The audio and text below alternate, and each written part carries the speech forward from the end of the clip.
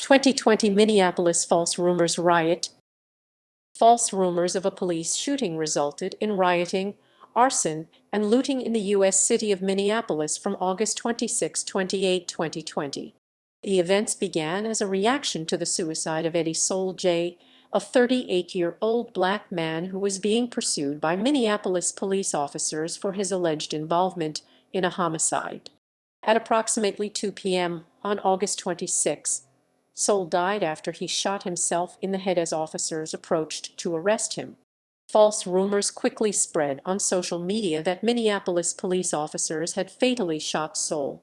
To quell unrest, Minneapolis police released closed-circuit television surveillance footage that captured Sol's suicide, which was later confirmed by a Hennepin County medical examiner's autopsy report.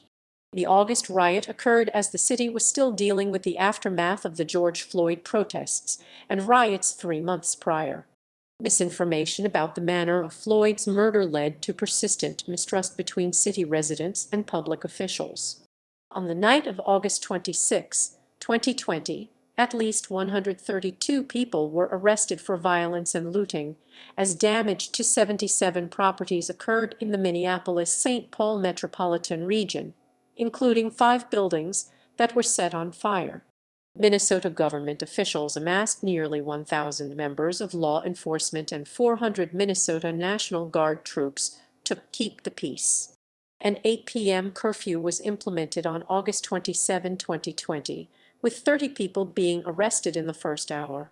During the duration of the curfew until it expired at 6 a.m. on August 28, over 100 people were arrested, including 80 for curfew violations. A state of emergency declaration and curfew orders expired on August 31. 3 Minnesota residents were later convicted of federal charges for an arson attack on the Target Corporation headquarters building the night of August 26, 2020. A Minneapolis man pled guilty to a state assault charge for striking an officer with an object during the riot. Background: the initial cause of civil disorder was the suicide of a homicide suspect in downtown Minneapolis on August 26, 2020. The homicide was the 52nd of the year in the city. Many residents were still on edge from the murder of George Floyd on May 25, 2020, when the Minneapolis Police Department had mischaracterized Floyd's death as due to medical distress in early statements about the incident. Protesters reacting to news of a new shooting death that video later showed was a suicide did not trust initial police accounts of the incident. Posts on social media websites suggested that Minneapolis police were responsible for the man's death. The civil disorder also came as part of the larger Black Lives Matter movement and protests against police brutality in 2020. Late at night on August 15, 2020, in Minneapolis, a group of approximately 50 people marched to the city's 5th Police Precinct station in what was initially described as a peaceful protest, but it became violent when people threw rocks at windows, threw paint on the building, and shot commercial-grade fireworks at police officers before fleeing the scene. The August 23, 2020 shooting of Jacob Blake, an African-American man in Kenosha, Wisconsin, by a police officer, led to protests and unrest that spilled into Minnesota. On August 24, 2020, in Minneapolis, a 100-person protest over Blake's shooting took place in the city's downtown area, and after the main protest group disbanded, some protesters broke windows and threatened to breach a jail facility, resulting in 11 arrests. One Minneapolis police officer suffered a broken hand during a confrontation with a demonstrator. By August 2020, the downtown workforce in Minneapolis was at 85% of prior capacity, with many businesses closed and people working from home due to concerns about the COVID-19 pandemic, and with fewer people on the street there were concerns about the perceptions of crime and lack of police presence.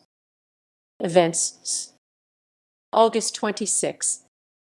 Eddie George Gordon, a 61-year-old from Rush City, Minnesota, died from multiple gunshot wounds while inside a parking ramp near 10th Street North and Curry Avenue West at 2 p.m.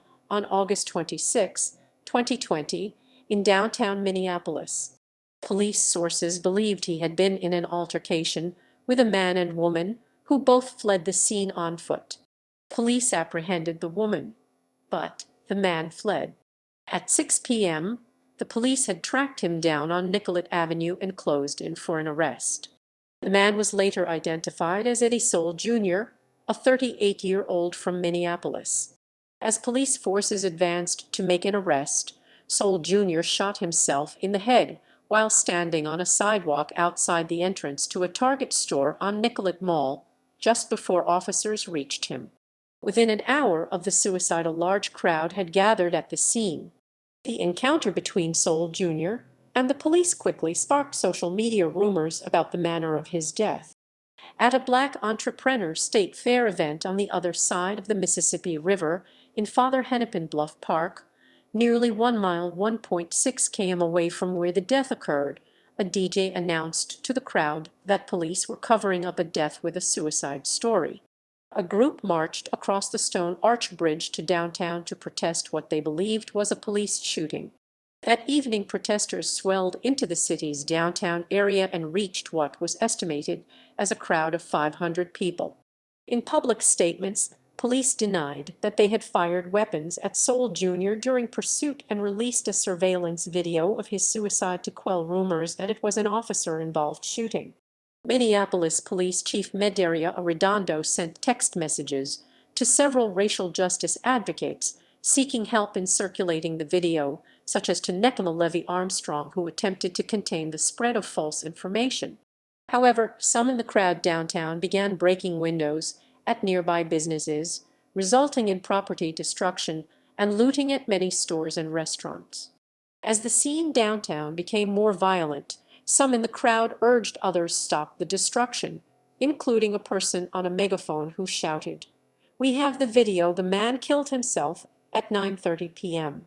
Minneapolis Mayor Jacob Frey publicly requested assistance from the Minnesota National Guard to restore order.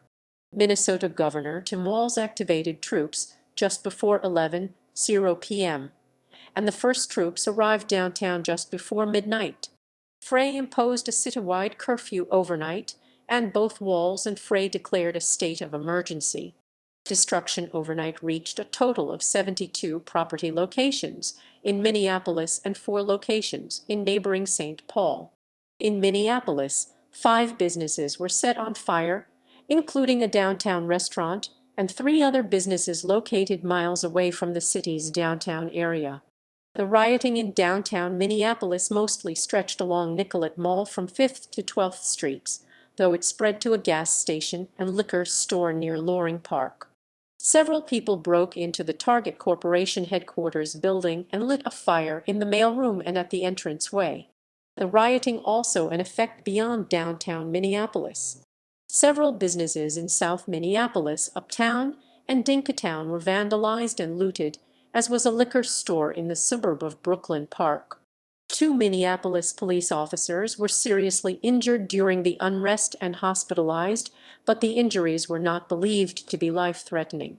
One of the injuries, captured on a bystander's video, showed an officer being hit in the head by a trash can lid and becoming unconscious. Some bystanders cheered when the object hit the officer. August 27, 2008. To prevent further rioting and looting, officials put in place a curfew on Thursday, August 27, 2020 from 8 p.m. to 6 a.m. on Friday, August 28, 2020. Nearly 1,000 members of law enforcement and 400 Minnesota National Guard troops amassed in the metro area to prevent additional crime. 30 people were arrested between 8 p.m. and 9 p.m. on Thursday for violating the curfew, with 50 additional people arrested for curfew violations during the following hours between Thursday night and Friday morning. At least 27 people were arrested and charged for other crimes during the rioting, including burglary, arson, assault, and drug possession. State and local officials declined to issue a new curfew after the curfew expired at 6 a.m. on Friday, August 28. However, Minneapolis city officials extended the state of emergency to 8 a.m. on Monday, August 31. National Guard troops and law enforcement were kept mobilized. On August 28, 2020, the Hennepin County Medical Examiner's Office identified the person who shot themselves as Eddie Soule Jr., a 38-year-old black man from Minneapolis. The examiner listed his manner of death as a suicide. August 29-31. After beginning on Wednesday night, August 26, 2020, the state of emergency ended at 8 a.m. on Monday, August 31, 2020. Aftermath. Property damage. 77 properties were damaged during the unrest. A report by the Star Tribune tracked damage to 72 properties in Minneapolis, including 5 with fire damage and damage to 4 properties in St. Paul. A liquor store in the Minneapolis suburb of Brooklyn Park was also looted during the unrest. The 5 Minneapolis businesses set on fire on August 26, 2020 included the Target Corporation building, Brits Pub on the Nicollet Mall in downtown, and 3 businesses in South Minneapolis, a Tires Plus store, a Walgreens drug store, and the China Walk restaurant. The South Minneapolis area was the epicenter of heavy rioting after Floyd's murder in late May 2020, including where a police station was torched. Officials believed that their experience with the unrest in the days after the murder of George Floyd in May 2020 led to a speedier response during the August 2020 events that distinguished people protesting peacefully and following Floyd's murder, more than 1,500 property locations in Minneapolis-St. Paul were damaged or destroyed by rioting. At the time of the August 2020 unrest, downtown Minneapolis businesses were said to be struggling from closures related to the COVID-19 pandemic and unrest. For the dozens of businesses that were broken into and looted, the August riot was considered another challenging economic setback. The National Review speculated that the unrest and rioting in Minneapolis in 2020 could mark a decades-long period of stagnation and decline, similar to what cities such as Los Angeles, Detroit, and Newark experienced after historic unrest. Cam Tailby, owner of the downtown Brits Pub, remarked on August 27, 2020, about broader conversations to address the unrest in Minneapolis. "I hope within that there's a priority of safety for residents and the businesses. It's just tough to be able to operate right now in downtown Minneapolis." Brits Pub was looted and much of the interior destroyed by fire. It reopened 7 months later, in March 2021, after extensive cleanup and refurbishing. Suicide video controversy. As protesters gathered in downtown Minneapolis the evening of August 26, 2020, the Minneapolis Police Department sent out a message via the Twitter website that contained an embedded video *warning. This video contains graphic images. This evening, a murder suspect committed suicide as police approached them at 8th and Nicollet. Some Minneapolis officials believed that quick release of the video was necessary to stop rumors of a police shooting. City officials had to weigh pain of people seeing the graphic content with their intention of stopping rioting and looting. Minneapolis police and many media outlets took down postings of the video later in the evening on August 26, 2020. Investigations and legal proceedings. Homicide investigation. The investigation into the homicide of Eddie George Gordon revealed that he had been in an altercation with Eddie Soule Jr. and an unnamed woman around 2 p.m. on August 26, 2020, in the ramp parking garage in downtown Minneapolis. Soule Jr. pulled out a gun and shot Gordon in the head. By August 31, 2020, police sources were not sure what provoked the incident. Both men had connections to the Salvation Army's Harbor Light Center shelter next door to the parking garage, with Gordon making occasional night stays since 2017 and Soule Jr. calling it his home for the past 2.5 years. It was also unclear to investigators why Soule Jr. shot himself as officers closed in. Target Corporation building arson attack. 3 men from the Twin Cities metropolitan area were indicted in United States District Court for setting fires at the downtown headquarters of the Target Corporation on the evening of August 26, 2020. Federal authorities said the fire caused $1 million in damages. Shador T.C. Jackson, a 24-year-old from Richfield, Minnesota, was accused of using a construction sign to break the glass entrance to the building. Several people went inside the building during the rioting. Jackson intentionally set a fire on a counter in the mailroom, and Victor D. Edwards, a 31-year-old from St. Paul, Minnesota, added liquid accelerant to it. Leroy L.P. Williams, a 34-year-old from Minneapolis, also entered the mailroom. Williams was a relative Eddie George Gordon, who was shot and killed earlier in the day, beginning the manhunt that led to the unrest. Surveillance video captured the three men fleeing the mailroom. Williams allegedly returned to the Target building and attempted to start another fire at its entrance. Prior to the incident, all three defendants had felony records in Minnesota for violent crimes. Jackson and Williams pled guilty to conspiracy to commit arson in connection to the August 26, 2020 incident. Jackson was sentenced in June 2021 to 33 months in prison. Williams' sentence was pending as of late 2021. The charge against Edwards went before a federal jury. Authorities alleged that Edwards had illegally entered and looted several downtown businesses and participated in acts of arson at the Target Corporation and possibly at Britt's Pub. After a 4-day trial, the jury on August 12, 2021, convicted Edwards on 1 count of riot and 1 count of arson. On December 29, 2021, he was sentenced to 100 months in prison and ordered to pay $941,682.28 in restitution. Local arrests and criminal charges. State and local officials arrested at least 132 people during the unrest that featured looting, reports of shots fired, thrown bottles at police, and the discharge of commercial-grade fireworks. Of those arrested, 27 were charged by Hennepin County officials, all of whom were Minnesota residents, with home addresses in Minneapolis, St. Paul, several suburban cities, and St. Cloud. 4 of the arrests were of people who allegedly broke into the Pixie Liquor store in Brooklyn Park, Minnesota, during the unrest. 2 of the people charged were for assault of police officers who responded to the riots.